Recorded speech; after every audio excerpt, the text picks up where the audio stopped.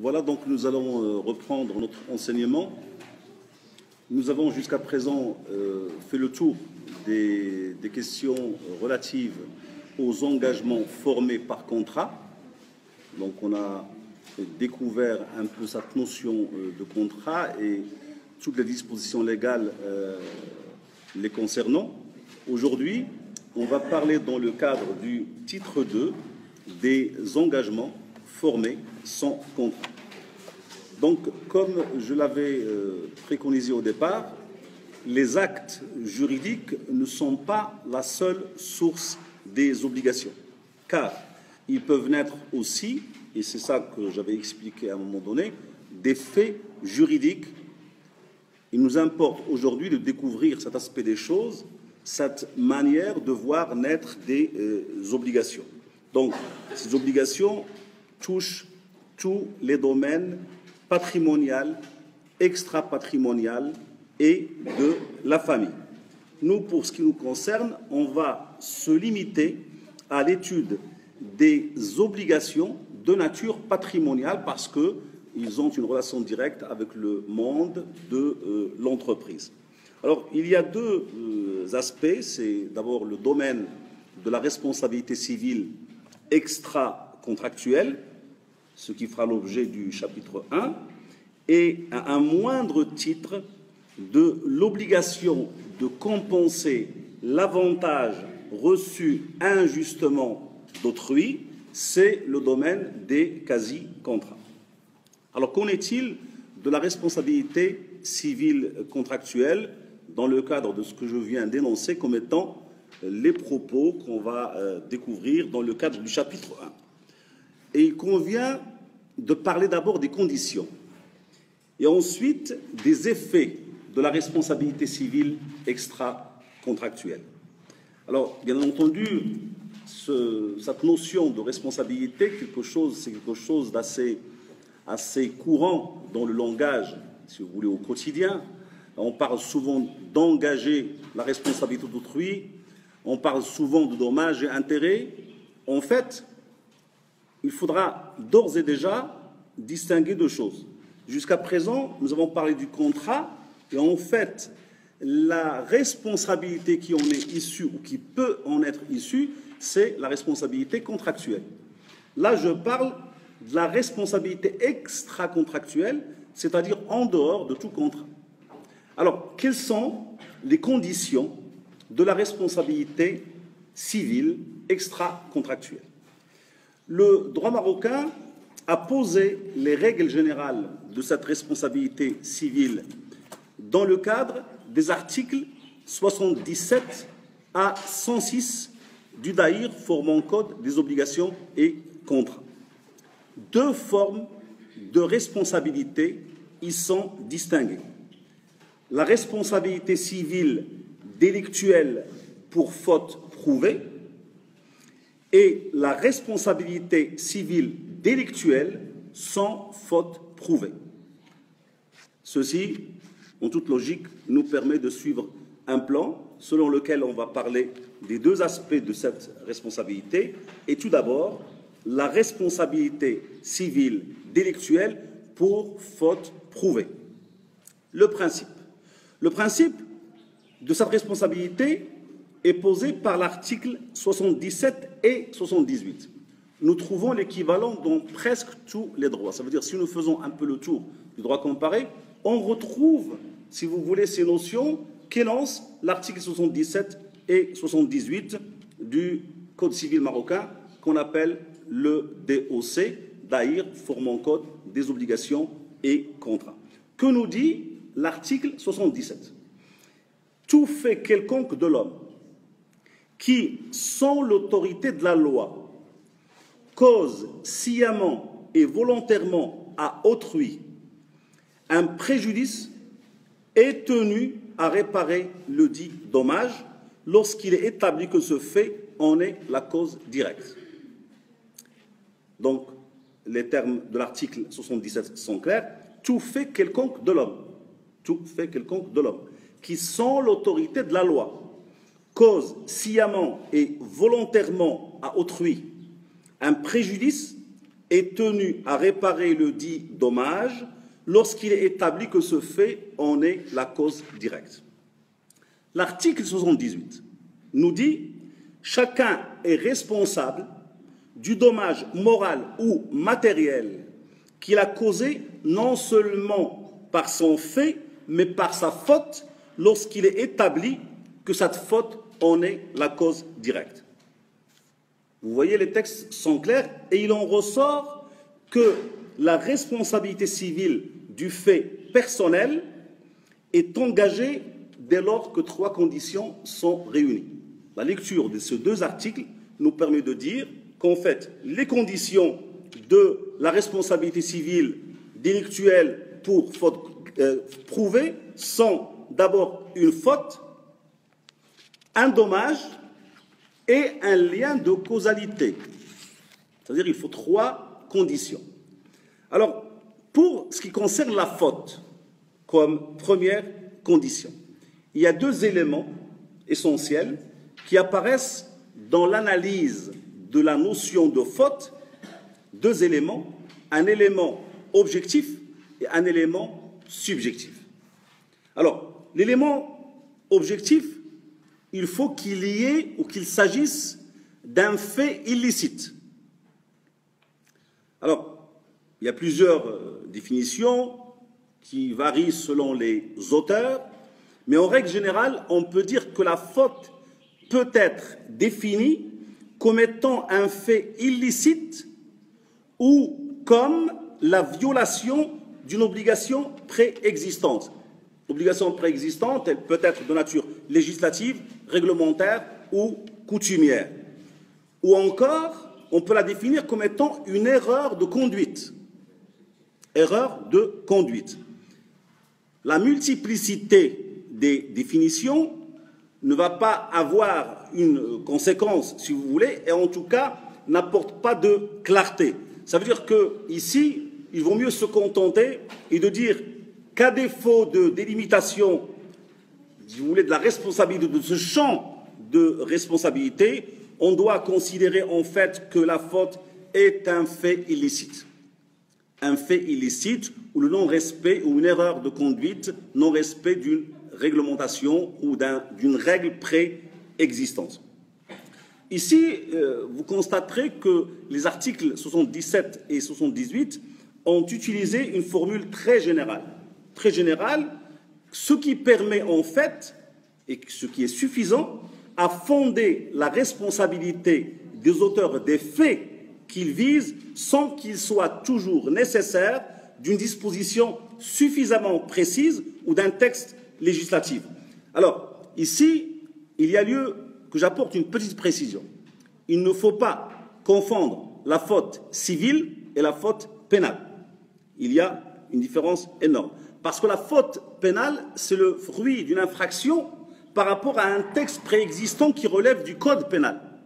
La faute civile relèvera, si vous voulez, de ce qu'on est en train de voir, ça veut dire dans le cadre des quasi-contrats. Donc, pour qu'il y ait possibilité d'engager la responsabilité d'autrui, responsabilité civile délictuelle, il faut tout d'abord qu'il y ait une faute, donc un fait illicite, mais il faut également un élément subjectif. Élément subjectif, c'est ce que nous appelons l'imputabilité. L'imputabilité. Alors, la responsabilité du fait personnel suppose en principe une faute, comme je viens de le dire, et cette faute implique un comportement répréhensible ou un fait illégitime. À condition que cette faute soit imputable à son auteur. Donc cela coule de source, en quelque sorte. On ne peut pas reprocher à quelqu'un une faute si cette faute ne lui est pas imputable. Donc l'imputabilité implique une volonté capable. Cette condition pose le problème de la responsabilité des personnes morales et des personnes privées de discernement. Parce que quand je parle d'imputabilité, ça veut dire qu'il y a une volonté capable. Or, qu'en est-il pour les personnes morales? de manière générale, qu'il s'agisse de sociétés de droit privé ou de droit public, et qu'en est-il des personnes privées de discernement? Alors, pour ce qui concerne la responsabilité des personnes morales, comme vous le savez, sur le plan du principe, bien que ces personnes morales constituent des êtres abstraits, dépourvus de volonté propre, elles sont civilement responsables sur leur patrimoine des fautes commises par leurs représentants légaux. Alors, le représentant légal, vous devez savoir une chose. Un représentant légal, ce n'est pas un simple préposé. Il fait partie des organes de gestion. Il fait partie des organes de gestion de l'entreprise, de la société, de la personne morale. Et à partir de là, si vous voulez, les actes que les organes de gestion vont accomplir, ils vont être analysés comme étant des actes qui sont accomplis par la personne morale et par conséquent, la responsabilité de cette dernière peut être engagée. C'est-à-dire que, en quelque sorte, la faute de l'organe de gestion qui est le PDG, par exemple, d'une société ou le directeur général d'une société, eh bien, elle va s'identifier avec la faute de la personne morale elle-même. Reste la responsabilité des personnes privées de discernement, c'est-à-dire les gens incapables. L'article 96 nous dit la chose suivante. Le mineur dépourvu de discernement ne répond pas civilement du dommage causé par son fait. Il en est de même de l'insensé quant aux actes accomplis pendant qu'il est en état de démence. Au contraire, l'adolescent est pleinement responsable de ses actes et ce sont les dispositions de l'article 96 et suivant. Alors, on va s'interroger, puisqu'après l'avoir défini, on va s'interroger sur les différentes formes de la faute. Il y a plusieurs catégories de fautes et selon l'angle par lequel on essaie d'identifier cette forme. D'abord, on peut faire une distinction qui tienne à l'origine de la faute. Alors, dans ce cadre-là, je viens de le citer, on distingue entre la faute contractuelle et la faute délictuelle ou quasi-délictuelle. La faute contractuelle, comme son nom l'indique, ça veut dire c'est le résultat, c'est le fruit de l'inexécution d'une obligation contractuelle. Il y a un contrat, vous ne respectez pas vos engagements. Là, il y a faute contractuelle et possibilité pour la partie qui a subi le préjudice de demander des dommages et intérêts. Si vous n'êtes pas contente, vous sortez, c'est le mieux pour moi. D'accord? Parce que vous parlez trop. Vous parlez avec votre téléphone. Je ne vous demande pas de parler, je vous demande d'écouter. Voilà, tout simplement. Ou sinon, je vous demande de quitter la salle. Parce que vous me déconcentrez. D'accord, donc, je dis, suivre ou pas suivre, il faut écouter. Il faut écouter et ne pas parler, parce que vous parlez avec votre voisine. Bon, donc, je dis qu'il y a faute contractuelle ou faute délictuelle. Et en tout cas, quand il y a faute contractuelle, c'est bien entendu la conséquence de la mauvaise exécution d'une obligation, et toute autre faute, ça veut dire en dehors du contrat, elle est ou elle peut être délictuelle et donne lieu à l'application des règles qui sont ou qui relèvent de la responsabilité délictuelle. Deuxième distinction concerne la forme de la faute. Alors ici, on distingue entre la faute par commission et la faute par omission.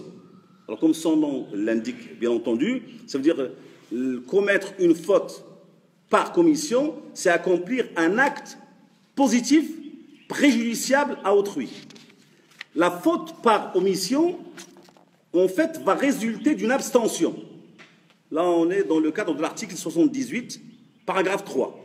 Ça veut dire, lorsque quelqu'un n'accomplit pas, ne prend pas les précautions nécessaires, par exemple, la municipalité, lorsqu'elle engage des travaux en ville, elle ne prend pas les précautions nécessaires pour informer les passants ou les piétons de ces travaux et qu'une personne glisse ou se fait casser la jambe, là, il y a faute et en fait, c'est une faute par omission. Ça veut dire que la personne n'a pas fait ce qui est nécessaire pour assurer la sécurité des gens ou des passants. Comme c'est aussi le cas pour les entreprises dans le cadre de la mise sur le marché de marchandises sans donner sur l'étiquetage les informations nécessaires pour le consommateur. Il y a aussi une distinction selon la gravité de la faute. Là, on distingue entre la faute intentionnelle et la faute non intentionnelle. Parce qu'évidemment, la faute intentionnelle, ça veut dire que l'auteur du dommage accomplit cette faute de manière volontaire et avec l'intention de nuire et de porter préjudice à autrui. Alors, évidemment, ici, pour apprécier ou pour appréhender cette faute intentionnelle, il faut procéder à une analyse, comme on dit, in concreto, ça veut dire en fonction du cas d'espèce, pour pouvoir dire est-ce qu'il y avait volonté délibérée vraiment de porter préjudice à autrui ou est-ce que c'était non intentionnel? Parce que la faute non intentionnelle, c'est une faute qui va s'assimiler à une maladresse ou à une sorte de négligence et qui ne peut pas, en fait, la différence sur le plan pratique, sur le plan juridique, c'est qu'on va apprécier les dommages et intérêts de manière un peu plus allégée lorsqu'il s'agit d'une faute non intentionnelle que lorsqu'il s'agit d'une faute intentionnelle, vous l'avez compris. Alors, il y a la faute, mais encore faut-il en apporter la preuve, parce qu'il faut prouver l'existence de la faute et la volonté délibérée de l'avoir accomplie. Alors, pour ceux, ça veut dire que les personnes qui sont dans le cadre d'une action en justice, quel sera leur objectif? Leur objectif, c'est de dire, moi, je n'ai pas accompli de faute. Donc, le défendeur à l'action, qu'est-ce qu'il va faire?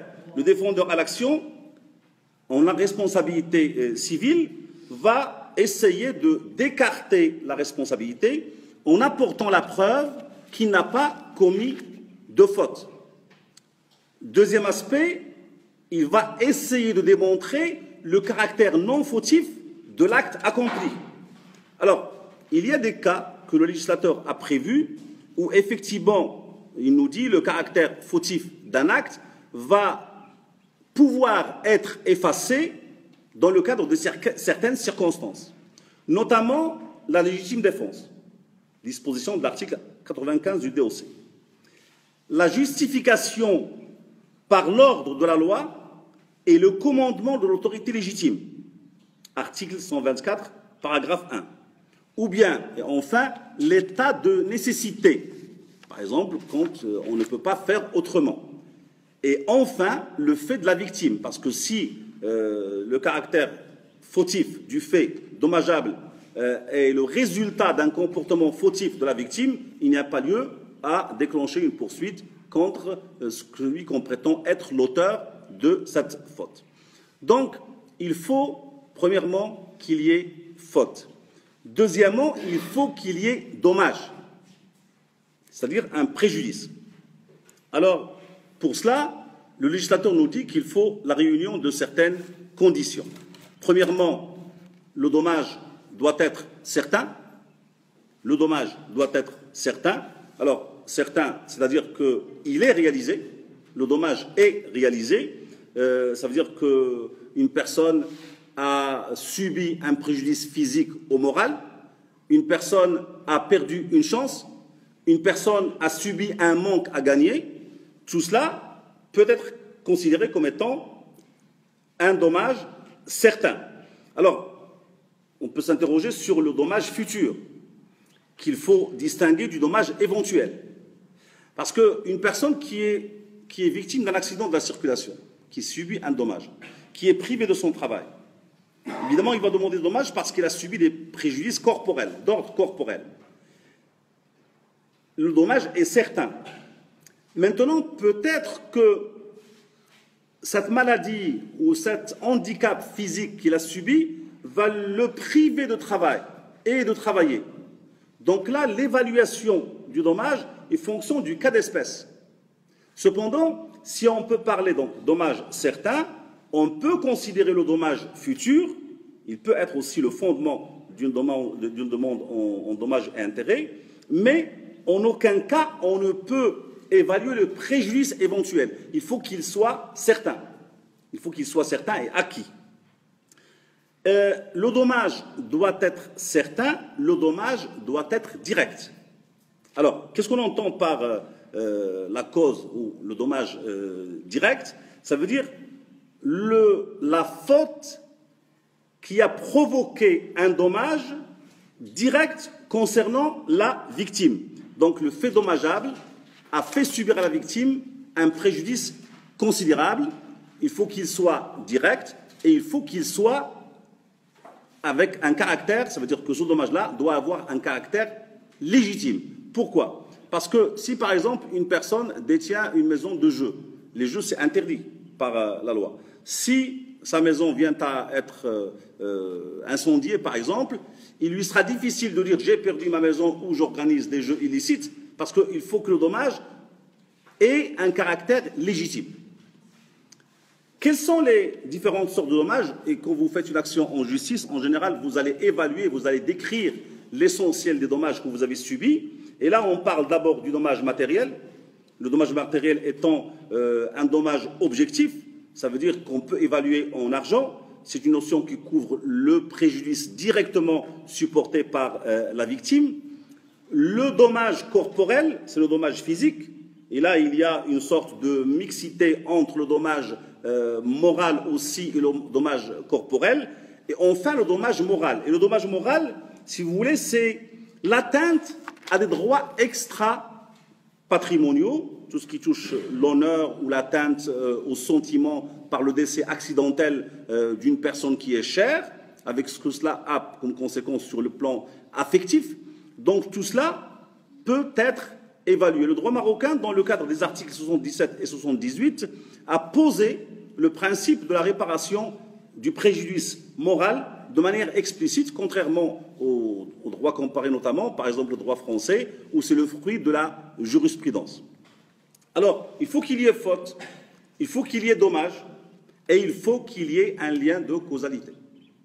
Alors, lien de causalité entre la faute et le dommage. Comme on l'a vu aussi dans le cadre de la responsabilité contractuelle, ça veut dire qu'il faut toujours, s'il y a une faute contractuelle, il faut prouver la faute, d'une part, le dommage et ensuite le lien de causalité. Et bien ici aussi, la réparation des dommages est subordonnée à l'existence d'un lien de causalité entre le dommage et le fait générateur de responsabilité. C'est ce qui ressort des articles 77 et 78.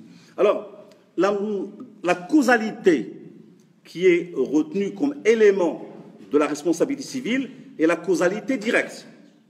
C'est-à-dire que, ça veut dire qu'il faut qu'il y ait une cause directe entre la faute et le dommage.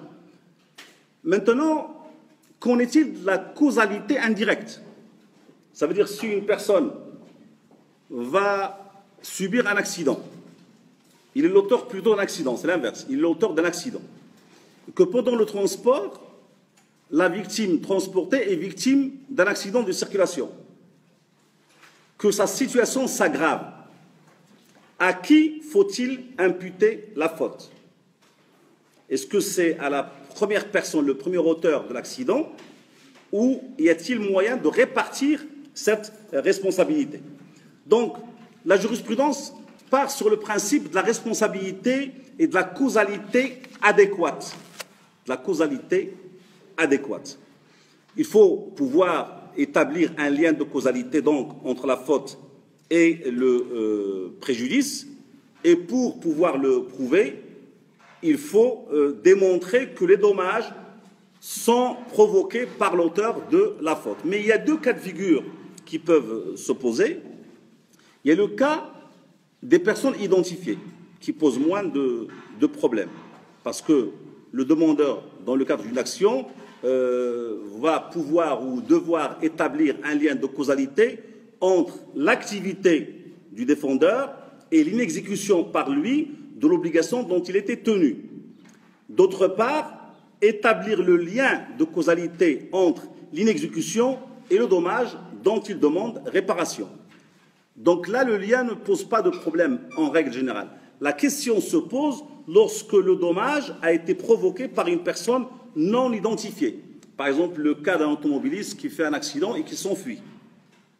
Ou le cas d'un groupement de personnes qui sont à l'origine d'un accident, mais on ne sait pas lequel d'entre eux a commis cette faute. Par exemple, un groupe de chasseurs, une balle perdue qui tue une personne ou qui lui crée un problème. Quel est à ce moment-là, comment on peut établir le lien entre ce groupement, la faute émanant du groupement et la victime? Alors, pour le premier cas, par exemple, le législateur, bien entendu, pour ce qui concerne les accidents de la circulation, les sociétés, comme au Maroc notamment, ont créé un fonds de garantie automobile qui permet de réparer les dommages ou les préjudices subis par les personnes et commis par des auteurs non identifiés. Sinon, pour ce qui concerne, si vous voulez, les personnes ou le groupement de personnes qu'on n'arrive pas à déterminer lequel d'entre elles a commis la faute, là on fait appel aux articles 99 et 100 du DOC, duquel il ressort que lorsque le dommage est causé par plusieurs personnes sans qu'on puisse déterminer celle qui en est réellement l'auteur ou la proportion dans laquelle elles ont contribué au dommage, chacune d'elles est tenue solidairement des conséquences à l'égard de la victime, qui pourra s'adresser pour le tout à l'un des responsables, lequel fera son affaire des recours des autres. Quand on parle de solidarité, vous le savez, en matière civile et en matière commerciale, la solidarité, c'est quoi? La solidarité des co-obligés, c'est en fait la possibilité pour celui qui a subi un préjudice ou pour un créancier, lorsqu'il s'agit des affaires commerciales ou civiles, de demander à l'un quelconque des co-obligés la réparation du dommage, à charge pour celui qui a réparé de se retourner contre les autres, chacun à proportion de sa part. C'est ça le principe de la solidarité, et l'article 99 à 100 pose justement le problème de cette responsabilité. L'auteur du dommage aura tendance, si vous voulez, à essayer de prouver l'absence de lien de causalité. C'est-à-dire pour dire, je ne suis pas responsable, il n'y a pas de lien de causalité, et là le législateur, si vous voulez, a posé ce genre de cas ou ce genre de situation dans le cadre de l'article 95 pour ce qui concerne le cas fortuit ou de force majeure, et je l'avais évoqué lors des cours précédents, en disant qu'un cas de force majeure peut permettre l'exonération du dommage à condition qu'il réunisse les conditions du cas de fortuit ou de force majeure. Et notamment, il faut que l'événement soit imprévisible, irrésistible et insurmontable. Cas fortuit ou de force majeure, ou bien le fait d'un tiers. Parce que si on prouve en fait qu'une personne, que la responsabilité incombe à un tiers, il n'y a pas lieu à ce que le défendeur puisse payer à la place des autres. Cependant, il faut quand même noter que le fait d'un tiers doit revêtir les caractères de la force majeure, autrement la responsabilité sera partagée entre ce tiers dans la responsabilité recherchée. Et enfin, le fait de la victime. Comme je l'ai dit auparavant, le fait de la victime, c'est lorsque, en fait, la victime est à l'origine du préjudice, à l'origine de la faute. Le fait de la victime peut être une cause d'exonération au même titre que le fait d'un tiers. C'est ce que nous annonce l'article 89 et 88 du DOC. Voilà ce qu'on peut dire à propos de la responsabilité civile délictuelle avec faute prouvée. Qu'en est-il de la responsabilité civile délictuelle sans faute prouvée? Alors, cette responsabilité, d'abord, il faut savoir qu'elle est fondée sur le travail de la jurisprudence et de la doctrine, essentiellement. Plus, bien entendu, les textes législatifs qui ont mis en exergue cette forme de responsabilité. Alors, à l'analyse, si vous voulez, de ces textes, au travail de la jurisprudence et de la doctrine, on constate que cette responsabilité délictuelle sans faute prouvée peut être tantôt du fait d'autrui, tantôt du fait des choses. Qu'en est-il de la responsabilité du fait d'autrui. Et là, j'appelle à la rescousse l'article 85 du DOC qui nous dit la chose suivante. Il nous dit qu'on est responsable non seulement du dommage que l'on cause par son propre fait, mais encore de celui qui est causé par le fait des personnes dont on doit répondre. Il en est ainsi de 3 catégories de personnes. Lesquelles? Le père et la mère, en tant qu'ils exercent le droit de garde, ils sont solidairement responsables du dommage causé par leurs enfants mineurs habitant avec eux. Les instituteurs et les artisans du dommage causés par leurs élèves et apprentis pendant le temps qu'ils sont sous leur surveillance. Et enfin, les maîtres et les commettants du dommage causés par leurs employés et préposés dans les fonctions auxquelles ils les ont employés. Alors bien entendu, les 2 premiers cas ne nous intéressent pas beaucoup. On s'intéresse essentiellement au dernier cas, ça veut dire le dernier paragraphe de l'article 85. Pourquoi? Parce que cette forme de responsabilité est une forme qui implique la responsabilité dans le cadre de l'entreprise, parce qu'il s'agit des maîtres et commettants du dommage causé par leurs employés et préposés dans les fonctions auxquelles ils les ont employés. Alors, quelles sont les conditions? Tout d'abord, première condition, il faut qu'il y ait un lien de préposition. En droit du travail, on parle plutôt d'un lien de subordination. C'est-à-dire que, ici, qu'est-ce qui est supposé? Il est supposé que le commettant du dommage ait un lien de subordination avec l'entreprise. On peut considérer comme préposé celui qui agit pour le compte d'une personne laquelle possède à son égard un pouvoir de surveillance, de direction et de contrôle. Donc, cette relation de subordination, ou on peut dire de préposition, peut être démontrée par tous les moyens, et en règle générale, il doit y avoir à l'origine un contrat de travail. Mais ce n'est pas la seule hypothèse, parce qu'il se peut, dans certains cas particuliers, en l'absence de toute convention particulière, qu'il y ait quand même responsabilité. Parce que le commettant, c'est quelqu'un qui travaille pour et en faveur d'autrui. Par exemple, un ami qui vient donner un coup de main à un père de famille et que, au parcours de cette aide, il commet un acte préjudiciable pour autrui. Il n'y a pas de lien de subordination dans les termes du contrat du Code du travail, mais il y a une relation, si vous voulez, de subordination momentanée et temporaire, ce qui peut être à l'origine justement de l'engagement de cette responsabilité. Il faut qu'il y ait un lien de préposition et il faut qu'il y ait un fait fautif du préposé. Le Code utilise le terme préposé. Alors, premièrement, il faudra que cette faute soit commise par le préposé dans l'exercice de ses fonctions. Ça veut dire que quelqu'un a une entreprise qui transporte de la marchandise ou des planches à voile, et la planche à voile glisse et provoque un accident à l'encontre d'un piéton.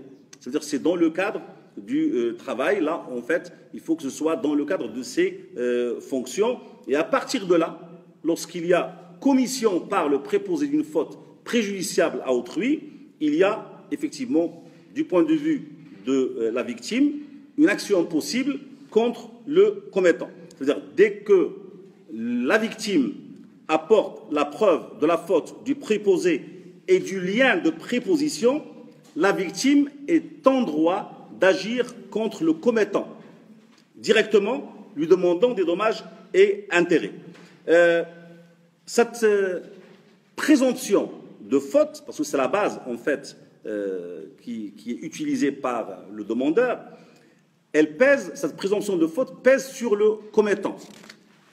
Alors, il faudra savoir qu'il n'est pas nécessaire que la faute soit commise à l'intérieur d'un établissement, parce qu'il se peut que le préposé commette la faute alors même qu'il est en action à l'extérieur de l'entreprise. Quelle est la base, quel est le fondement de la responsabilité dans ce cadre? Ici, on reconnaît qu'il y a une responsabilité de l'employeur sans faute. c'est une responsabilité sans faute. L'employeur est responsable du faute de ses propres préposés à cause du risque qu'il peut faire courir à autrui. C'est une supposition de responsabilité. Il y a une action également, si vous voulez, que le commettant peut toujours engager à l'encontre du préposé. Ça veut dire que, généralement, la victime va attaquer l'entreprise pour demander des dommages et intérêts, parce qu'il a subi un préjudice. L'entreprise est dans l'obligation de réparer le dommage. C'est normal parce qu'il y a un lien de préposition. Mais l'entreprise conserve la possibilité de revenir sur le préposé lui demandant des dommages et intérêts. Mais comme généralement le préposé est quelqu'un d'insolvable, ce genre d'action ne se fait pas. Ce genre d'action ne se fait pas aussi parce que très souvent l'entreprise a une assurance. Et les accidents de travail, par exemple, notamment, parce qu'il y a des assurances qui couvrent ce genre de situation. Maintenant, au Maroc, on oublie souvent que cette assurance est nécessaire même lorsqu'il s'agit de domicile familial. Pourquoi? Parce que si vous avez des gens qui travaillent pour vous au sein de votre maison, et dans le cas où il leur arrive quelque chose, vous êtes responsable des faits dommageables qu'ils subissent. C'est pour cela que l'assurance, en général, peut permettre de couvrir ce préjudice. C'est simplement pour expliquer que, très souvent, l'employeur ne déclenche pas ce genre d'action parce qu'il est couvert par une assurance. Il y a la responsabilité du fait d'autrui et il y a la responsabilité du fait des choses. Le principe général de cette responsabilité est posé par l'article 88 du DOC, plus d'autres textes, si vous voulez, qui font application des cas particuliers. Alors, qu'en est-il du principe général de responsabilité du fait des choses? Eh bien, en vertu de l'article 88, il y a une sorte de jurisprudence qui a été développée et qui nous dit que le gardien d'une chose est présumé responsable du fait dommageable de cette chose. C'est-à-dire que si vous avez une chose sous votre responsabilité, eh bien, vous êtes responsable des dommages que cette chose peut causer à autrui. Alors, la chose, ça veut dire qu'il y a d'abord des choses qui sont soumises à des réglementations particulières. Par exemple, les voitures, enfin ce qu'on appelle les véhicules à moteur, sont régis par la loi du 2 octobre 1984. Par exemple, pour ce qui concerne les animaux, c'est l'article 86 du DOC. Pour ce qui concerne les bâtiments, c'est l'article 89 et suivant du DOC. Donc, ça veut dire qu'il y a des choses qui sont soumises à des régimes particuliers. Toutes les choses sont concernées, sauf celles que je viens d'indiquer, plus le corps humain qui n'est pas considéré comme une chose. Et à partir de là, si la chose est à l'origine d'un préjudice, le propriétaire est responsable de ce fait préjudiciable. Alors, il faut donc dans ce cas qu'il y ait le fait de la chose. Ça veut dire qu'il faut qu'il y ait, pour qu'il y ait responsabilité, il faut que la chose ait joué un rôle actif dans la production du dommage. Par exemple, le propriétaire d'une voiture. Même si ce n'est pas le conducteur direct. Si vous êtes propriétaire de la voiture et que votre fils a pris votre voiture, il a causé un dommage à autrui, vous êtes responsable de la chose, vous êtes responsable donc de couvrir le dommage subi par autrui. Donc il faut que la chose, on l'appelle en droit la chose, donc toute chose, ait joué un rôle fondamental, et c'est l'intervention de cette chose qui doit avoir vraiment produit le dommage pour qu'on puisse parler de dommage. Le gardien de la chose, c'est le propriétaire souvent. Simplement, la jurisprudence a élargi un peu parce qu'il nous dit que, en fait, c'est la personne qui dispose de la direction et du contrôle de la chose. Alors, ce qui veut dire que le salarié qui conduit le bus, par exemple, le conducteur d'un autobus, il n'est pas le gardien de la chose, la chose étant l'autobus. Lui, il est préposé, il travaille dans une entreprise. Le gardien de la chose, c'est l'entreprise qui est propriétaire d'autobus. Dans un cas où, à Casablanca, une personne qui a pris une pierre, il a jeté la pierre sur un bus, la fenêtre était entrouverte. Il est passé par la vitre, et elle a aveuglé un passant, enfin pas un passant, pardon, un passager.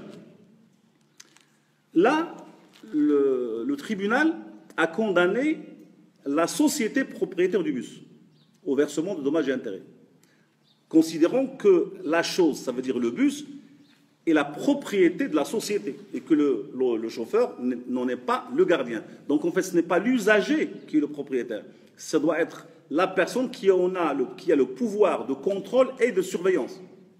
Comme également, dans une salle de sport à Casablanca, quelqu'un a pris le poids de manière démesurée et donc il a eu un accident cervical. La responsabilité était la responsabilité de la société, donc la société a dû payer des dommages et intérêts à ce monsieur, enfin le propriétaire et non pas l'entraîneur qui suivait le cours de sport. Donc si vous voulez cette notion de choses, il faudra, si vous voulez, considérer c'est la personne qui a le contrôle et la surveillance de la chose. Et les formes, si vous voulez, de responsabilité sur la base de la chose et les formes de dédommagement dans ce cadre-là sont assez nombreuses.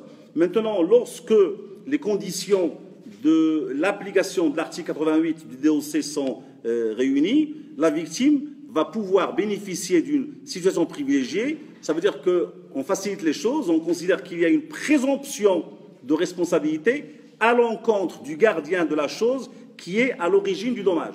Alors, c'est important cette notion de présomption parce que ça veut dire qu'il n'a pas besoin d'apporter la preuve.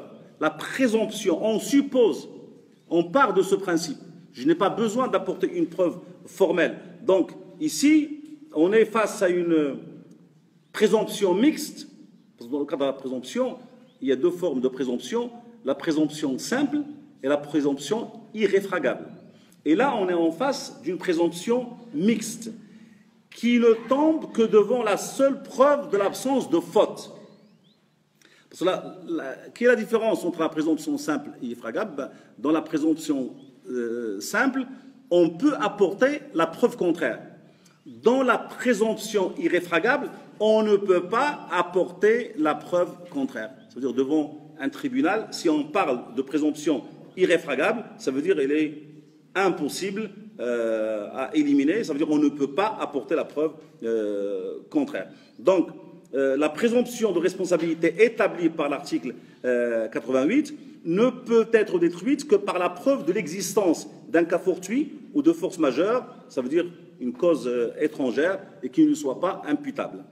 Alors, pour la force majeure, je ne vais pas revenir là-dessus, on en a parlé, il y a un élément d'extériorité qui est fondamental.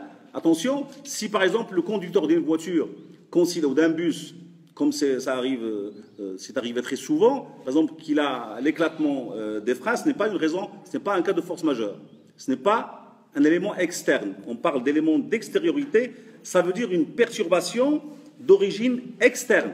C'est-à-dire les vices qui peuvent entacher la chose ne peuvent pas servir comme base pour dire qu'il n'y a pas de responsabilité. Il y a l'extériorité, mais il y a aussi l'imprévisibilité. Alors, l'imprévisibilité, ça veut dire que cela relève des fluctuations et des choses externes, ça veut dire qu'on ne peut pas s'y attendre. Je vous ai donné l'exemple l'autre jour pour dire que la première guerre du Golfe a été considérée par la Chambre de commerce international comme un cas de force majeure, mais la deuxième guerre du Golfe n'était pas considérée comme un cas de force majeure, parce que c'était plutôt prévisible. Par contre, si on considère le verglas qui se forme subitement, de manière subite, à un moment donné il fait très froid, le verglas sur la route, là on peut considérer que c'est un élément imprévisible. Selon les cas, ça dépend bien entendu des villes, des pays, du climat, etc. Donc c'est en fait in concreto qu'on peut discuter le cas de force majeure, l'extériorité, l'imprévisibilité et aussi l'insurmontabilité. Il faut que ce soit un élément insurmontable. Et je vous ai donné l'exemple l'autre jour également, si vous voulez, du vent force 8 qui a causé des dommages pour les marchandises transportées. Là également, les tribunaux ne sont pas allés dans ce sens-là en disant que non, il n'y a pas effectivement insurmontabilité et imprévisibilité. Parce que la météo permet de savoir est-ce que vous allez subir un climat assez difficile et avec un temps assez difficile. Il y a également le fait d'un tiers. Le fait d'un tiers, effectivement, peut être une cause d'exonération, comme également le fait de la victime, comme je l'ai évoqué auparavant. Il y a des formes de responsabilité spéciales qui sont, si vous voulez, posées par l'article 86 et 87 pour ce qui concerne la responsabilité du fait des animaux. Je ne vais pas m'y attarder. Il y a aussi l'article 89 et 90 pour ce qui concerne la responsabilité du fait des bâtiments qui tombent en ruine. Il y a également une responsabilité du propriétaire qui ne prend aucune mesure pour protéger l'usager.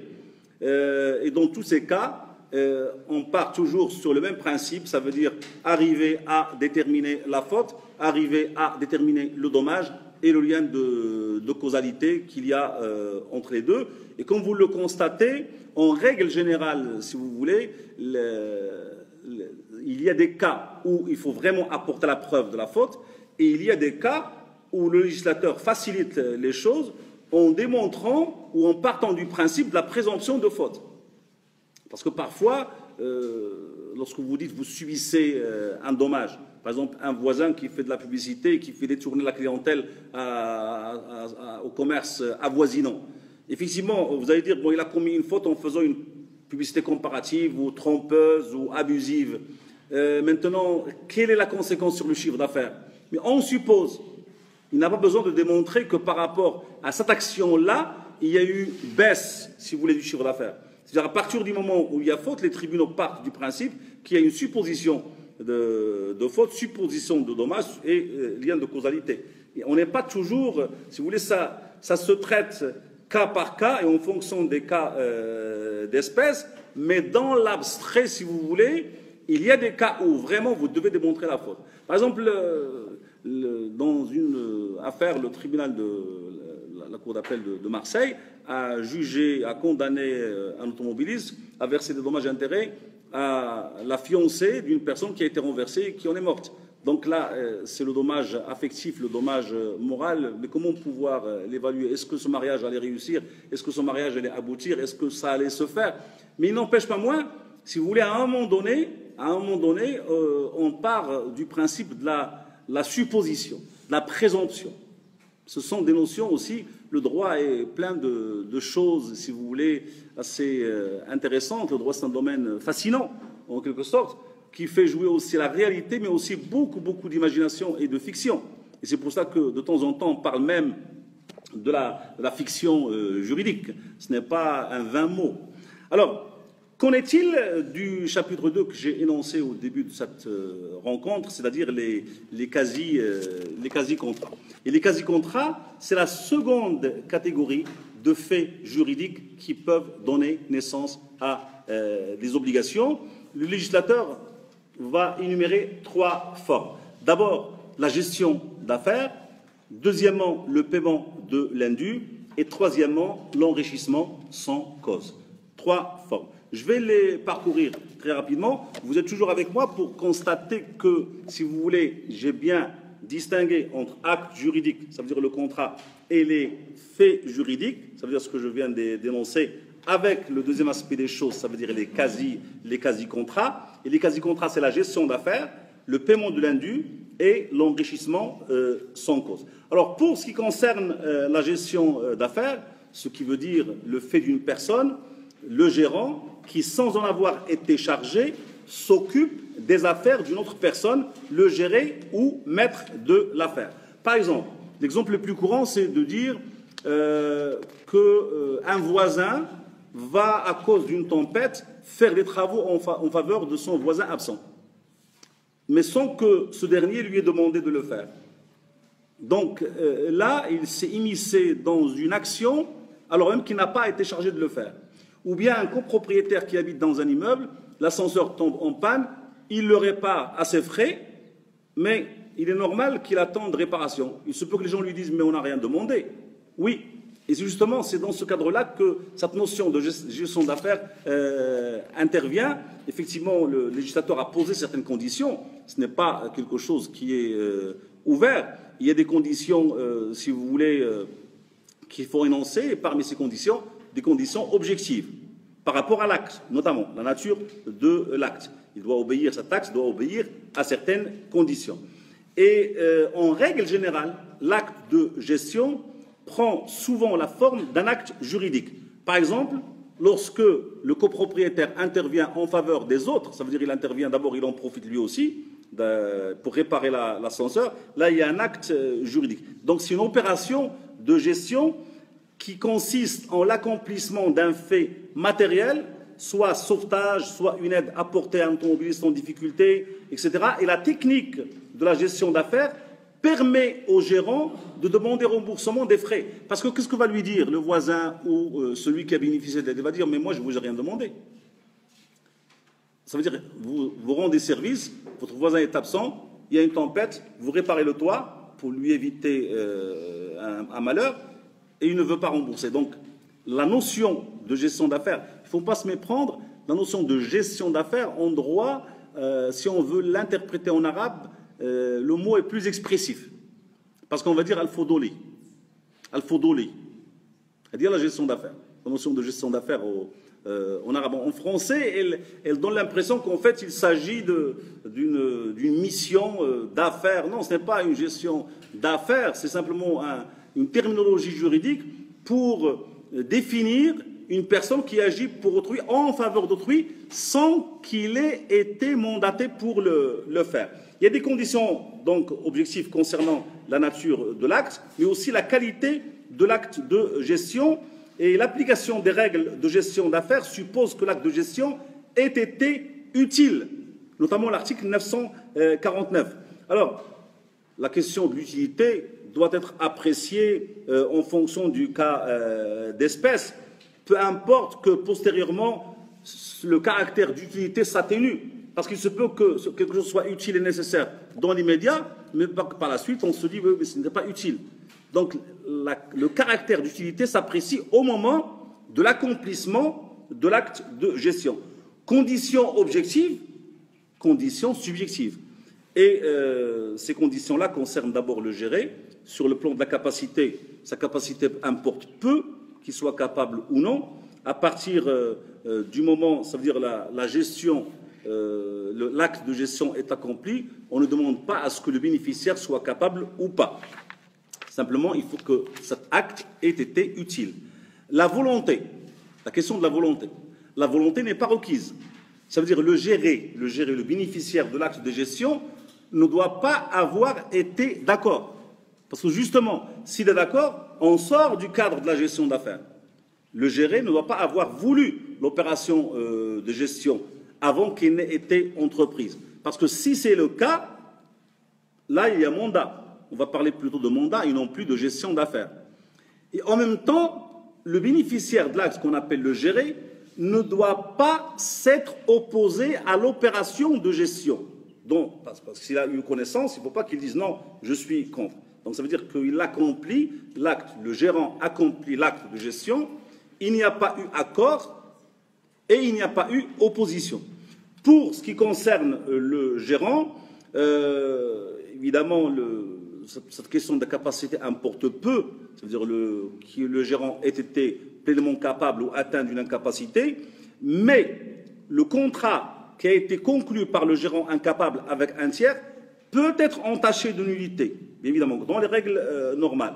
Et le gérant serait en droit de s'en prévaloir pour refuser d'exécuter les obligations qui lui incombent.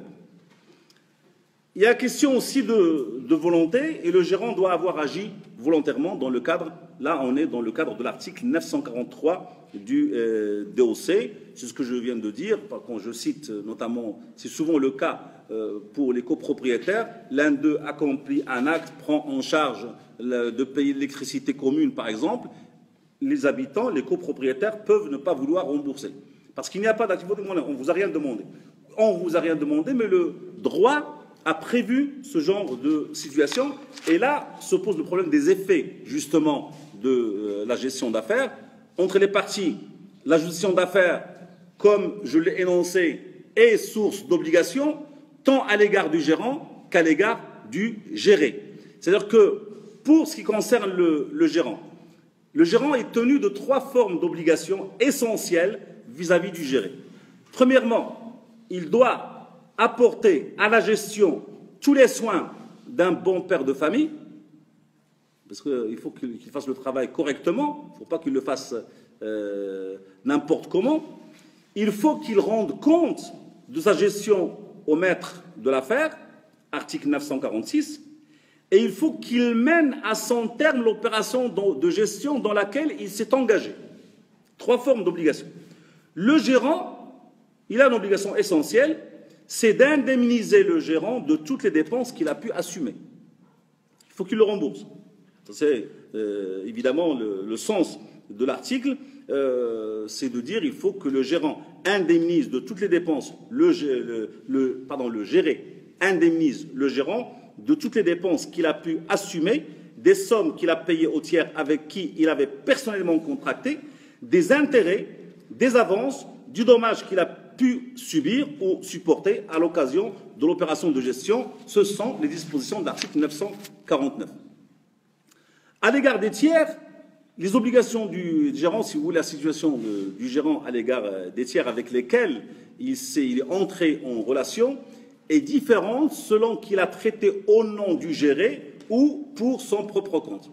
Parce que généralement, s'il a traité pour son propre compte, évidemment, il va devoir payer à charge pour lui de se retourner contre le géré. S'il a traité au nom du géré, bien évidemment, le gérant, à ce moment-là, sera personnellement tenu envers les tiers.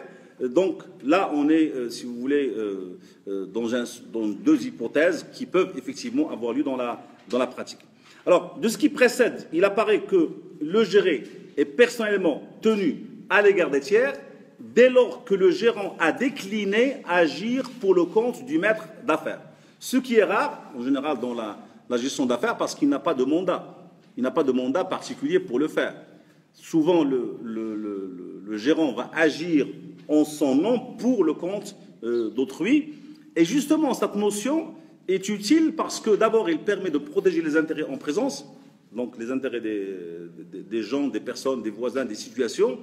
D'autre part, elle permet justement de ne pas faire subir un préjudice matériel à celui qui a cru bien faire. Parce que c'est ça, en fait, la notion. Parce qu'on croit, à un moment donné, bien faire. On agit pour bien faire. C'est ça, la notion de la gestion d'affaires. N'oubliez pas que ce n'est pas dans le sens organisé de la loi, mais de manière accidentelle. Ce n'est pas un métier, ce n'est pas une action organisée, c'est une action pour prévoir un dédommagement dans le cas où la partie bénéficiaire ne veut pas le faire. Nous avons les dispositions de la loi pour le faire. Deuxième cas, c'est le paiement de l'indu. Là, on est dans un autre domaine. Alors, l'article 698 nous dit « Celui qui, se croyant débiteur par une erreur de droit ou de fait, a payé ce qu'il ne devait pas, a le droit de répétition contre celui auquel il a payé. » C'est-à-dire que, c'est quoi payer l'indu? C'est exécuter une prestation dont on n'est pas tenu, sans l'intention de faire une libéralité. Ça veut dire que, généralement, vous payez quelque chose, vous croyez que vous en êtes redevable, vous ne l'êtes pas, vous avez le droit de répétition, vous avez le droit de demander restitution. C'est ça la notion de paiement de l'indu. Alors évidemment, le législateur a posé quelques conditions. Ce sont des conditions objectives. Pour qu'on parle de paiement de l'indu, il faut qu'il y ait absence de dette. Vous avez payé quelque chose en croyant qu'il existe une dette. Et deuxièmement, il faut qu'il y ait une erreur qui vous a poussé à croire que, c'est-à-dire que le solvant a payé parce qu'il croyait à tort à l'existence de la dette. Cette exigence, il est formulée expressément par l'article 68 du DOC, qui dispose ce qui suit. Celui qui, se croyant débiteur par une erreur de droit ou de fait, a payé ce qu'il ne devait pas, a le droit de répétition comme celui auquel il a payé. Donc, droit de répétition, ça veut dire droit de restitution. Alors, il y a deux choses, il y a deux cas de figure. Parce que sur le plan des effets, évidemment, le bénéficiaire d'un paiement indu doit restitution. Il doit restituer. Mais là, on distingue deux choses. On distingue entre l'accepteur de bonne foi et l'accepteur de mauvaise foi. Parce que l'accepteur, lorsqu'il est de bonne foi, parce qu'il croyait être effectivement créancier du solvant au moment où il a reçu le paiement, n'est tenu à restitution que dans la mesure de son enrichissement. Tandis que l'accepteur, lorsqu'il est de mauvaise foi, eh bien, celui-là, s'il accepte le paiement, sachant qu'il n'est pas créancier, eh bien, il doit indemniser le solvant de tout ce dont il a été privé. Ça veut dire qu'il doit rembourser le capital et doit rembourser les intérêts courus. Maintenant, je vous dis, sur le plan pratique, si vous voulez, il n'est pas toujours facile d'établir cette notion de mauvaise foi. Parce que quelqu'un reçoit un paiement. Quelqu'un reçoit, par exemple, la banque va verser, va créditer le compte d'un client. Alors, la jurisprudence française sur la question est intraitable. Par exemple, la banque vire sur le compte d'un de ses clients une somme d'argent. Elle se rend compte de la faute. Mais le client a déjà pris l'argent. Sur quelle base elle va pouvoir l'attaquer? Évidemment, il va dire sur la base du paiement de l'indu. C'est une erreur. C'est une erreur. Mais cette notion de paiement de l'indu, elle est fonction aussi des personnes en présence, des parties en présence. Pourquoi? Parce que lorsqu'il s'agit d'un professionnel comme la banque, la faute lui est imputable. Et la jurisprudence française, en la matière, si vous voulez, va dire que le remboursement n'est pas dû. Parce que vous avez commis une faute professionnelle, vous devez en assumer les conséquences. Cette notion, si vous voulez, c'est pour ça qu'on parle toujours in concreto, on doit toujours établir ou analyser les choses en fonction des situations en présence. Alors, évidemment, si le receveur, ça veut dire que le bénéficiaire était de mauvaise foi, là, il doit remboursement du capital, des intérêts et supporter même un dommage. Troisième forme, et on aura terminé avec les quasi-contrats, c'est l'enrichissement sans cause, c'est-à-dire l'enrichissement d'une personne aux dépens d'une autre. S'il est dépourvu de justification, il va ouvrir à celui qui a subi un appauvrissement une action en restitution. Cette action en restitution, on l'appelle l'action in rem verso, c'est-à-dire action en restitution, l'enrichissement sans cause. Ce sont des notions. Parce que tout dépend dans quel cadre vous pourrez utiliser ou bien le paiement de l'indu ou l'enrichissement sans cause. Là, la base, le fondement sur le plan juridique, c'est l'article 75 du DOC. Et il y a deux conditions essentielles pour la notion d'enrichissement sans cause. L'élément matériel, ça veut dire que c'est une condition de fait qui suppose un mouvement de fonds entre deux patrimoines, c'est-à-dire quelqu'un qui est de bonne foi et qui va faire des améliorations sur un bien croyant que le bien lui appartient. Par exemple, il a acheté un terrain, le terrain A, et en fait, on lui livre le terrain B, qui ne lui appartient pas. Et il va même construire une maison. C'est un problème. Ça veut dire que, dans ce cas, le bénéficiaire du terrain a bénéficié d'un enrichissement, mais cet enrichissement est sans cause, parce qu'il est fondé sur une erreur. Donc, il faut qu'il y ait un élément matériel, et il faut qu'il y ait un élément juridique. L'enrichissement doit avoir été sans cause. Ça veut dire que c'est aux dépens d'autrui. Et là, effectivement, sur le plan de la sanction, à partir du moment où les conditions sont réunies, l'action in rem verso devient possible. Sur le plan du domaine de cette action in rem verso, c'est une action qu'il faut savoir qui est subsidiaire. Ça veut dire qu'elle n'est offerte que si le demandeur ne dispose d'aucune autre voie de droit et qui n'est pas laissé prescrire celle dont il pouvait se prévaloir initialement. Ça, c'est un premier point. Deuxièmement, sur le plan de l'objet, l'enrichissement sans cause crée à la charge de l'enrichi une obligation de paiement au profit de l'appauvri. Cependant, l'enrichi ne saurait être tenu de payer une somme supérieure au montant de son enrichissement qui doit être apprécié au jour où l'action de in rem verso est introduite. Donc, si vous voulez, vous voyez que le domaine de l'enrichissement sans cause est un peu restreint par rapport, par exemple, au domaine du paiement de l'indu. Ce sont deux domaines différents. Ce sont d'ailleurs parce que les quasi-contrats, c'est trois cadres différents: gestion d'affaires, paiement de l'indu, enrichissement sans cause. Voilà ce qu'on peut dire à propos, si vous voulez, vous avez le tour, on a fait le tour maintenant, c'est-à-dire des engagements formés par contrat, ça c'est un aspect, et des engagements formés sans contrat, comme vous pourrez le constater. Il nous reste à étudier, bien sûr, les règles communes, si vous voulez, à toutes les obligations, quelle que soit leur origine, et ce sera l'objet de notre prochaine rencontre. Je vous remercie.